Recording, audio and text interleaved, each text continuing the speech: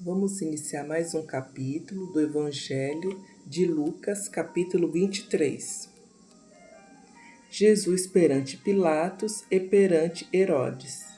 E levantando-se toda a multidão deles, o levaram a Pilatos e começaram a acusá-lo, dizendo: Havemos achado esse, pervertendo a nossa nação, proibindo dar o tributo a César e dizendo que ele mesmo é Cristo, o Rei. E Pilatos perguntou-lhe, dizendo: Tu és o rei dos judeus? E ele respondendo disse-lhe: Tu o dizes. E disse Pilatos aos principais dos sacerdotes e à multidão: Não acho culpa alguma neste homem. Mas eles insistiam cada vez mais, dizendo: Alvoroça o povo, ensinando por toda a Galileia, começando desde a Galileia até aqui. Então Pilatos, ouvindo falar da Galileia, perguntou se aquele homem era galileu. E sabendo que era da jurisdição de Herodes, remeteu-o a Herodes, que também naqueles dias estava em Jerusalém.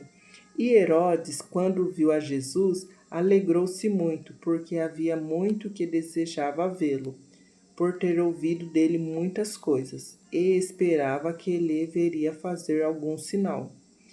E interrogava-o com muitas palavras, mas ele nada lhe respondia. E estavam os principais sacerdotes e os escribas, acusando-o com grande veemência. E Herodes, com seus soldados, desprezou-o, e, escarnecendo dele, vestiu-o de uma roupa resplandecente e tomou a enviá-lo a Pilatos. E no mesmo dia Pilatos e Herodes entre si se fizeram amigos, pois dantes andavam em inimizade um com o outro. E convocando Pilatos os principais sacerdotes e os magistrados e o povo, disse-lhes: Haveis-me apresentado este homem como pervertedor do povo, e eis que, examinando-o na vossa presença, nenhuma culpa das de que as acusais acho neste homem. Nem mesmo Herodes, porque a ele vos remeti, eis que não tem feito coisa alguma digna de morte. Castigá-lo-ei, pois, e soltá-lo-ei. E era-lhe necessário soltar-lhe um pela festa. Mas toda a multidão clamou a uma, dizendo: Fora daqui com este, e soltamo-nos Barrabás, o qual fora lançado na prisão por causa de uma sedição feita na cidade e de um homicídio. Faltou, pois, outra vez Pilatos, que, respondendo, soltara Jesus. Mas eles clamavam em contrário, dizendo: Crucifica-o, crucifica-o. Então ele, pela terceira vez, lhe disse: Mas que mal fez este? Não acho nele culpa alguma de morte. Castigá-lo-ei, pois, e soltá-lo-ei. Mas eles estavam com grandes gritos, pedindo que fosse crucificado. E os seus gritos e dos principais dos sacerdotes redobravam. Então Pilatos julgou que devia fazer o que eles pediam, e soltou-lhe o que fora lançado na prisão por uma sedição e homicídio, que era o que pediam, mas entregou Jesus à vontade deles. Jesus no caminho do Gólgota. E quando o iam levando, tomaram um certo Simão, sirineu, que vinha do campo, e puseram-lhe a cruz às costas, para que a levassem após Jesus. E seguia-o grande multidão de povo e de mulheres, as quais batiam nos peitos e o lamentavam. Porém Jesus, voltando-se para elas, disse: Filhos de Jerusalém, não choreis por mim, chorai antes por vós mesmos e por vossos filhos, porque eis que hão de vir dias em que dirão: Bem-aventuradas as estéreis, e os ventres que não geraram, e os peitos de que não amamentaram.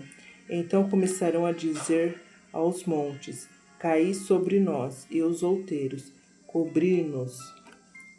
Porque se ao madeiro verde fazem isto, que se fará ao seco?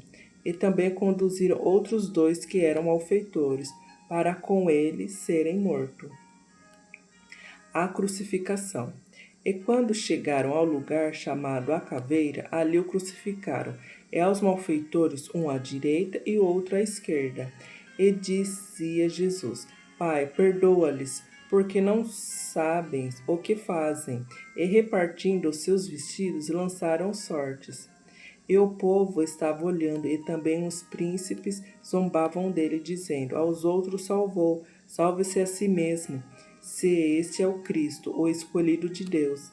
E também os soldados o escarneciam, chegando-se a ele e apresentando-lhe vinagre, e dizendo: Se tu és o rei dos judeus, salva-te a ti mesmo. E também por cima dele estava um título escrito em letras gregas, romanas e hebraicas: Este é o rei dos judeus. E um dos malfeitores que estavam pendurados blasfemava dele, dizendo: Se tu és o Cristo, salva-te a ti mesmo e a nós. Respondendo, porém, o outro, repreendia-o, dizendo: Tu nem ainda temes a Deus, estando na mesma condenação? E nós, na verdade, com justiça, porque recebemos o que os nossos feitos mereciam, mas esse nenhum mal fez. E disse a Jesus: Senhor, lembra-te de mim quando entrares no teu reino. E disse-lhe Jesus: Em verdade te digo que hoje estarás comigo no paraíso. E era já quase a hora sexta, e houve trevas em toda a terra até a hora nona, escurecendo-se o sol, e rasgou-se ao meio o véu do templo. E, clamando Jesus com grande voz, disse: Pai, nas tuas mãos entrego o meu espírito. E, havendo dito isto, expirou. E o centurião, vendo o que tinha acontecido, deu glória a Deus, dizendo: Na verdade, este homem era justo. E toda a multidão que se ajuntara a esse espetáculo, vendo o que havia acontecido, voltava, batendo nos peitos. A sepultura de Jesus. E todos os seus conhecidos e as mulheres que justamente o haviam seguido desde a Galiléia estavam de longe vendo estas coisas. Eis que um varão por nome José, senador, homem de bem e justo, que não tinha consentido no conselho e nos atos dos outros, de Arimateia, cidade dos judeus, e que também esperava o reino de Deus. Esse, chegando a Pilatos, pediu o corpo de Jesus, e, havendo-o tirado, envolveu-o num lençol, e pô-lo num sepulcro escavado numa penha, onde ninguém ainda havia sido posto. E era o dia da preparação, e amanhecia o sábado. E as mulheres que tinham vindo com ele da Galiléia seguiram também e viram o sepulcro, e como foi posto o seu corpo. E, voltando elas, prepararam especiarias e ungüentos, e no sábado repousaram, conforme o mandamento. Glória a Deus. Mais um capítulo.